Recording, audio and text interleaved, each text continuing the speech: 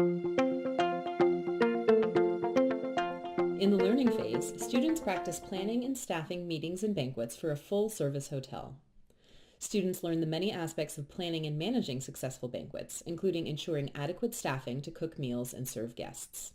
When you're managing multiple banquets, planning adequate staffing can become a complex task.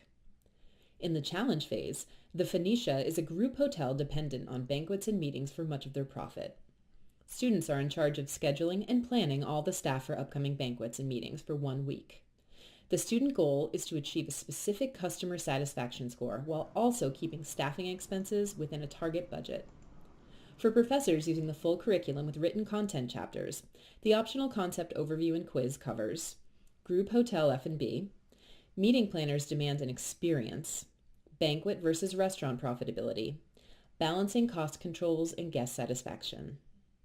Offering and preparing banquets for large meetings is a key income and profit generator at many hotels.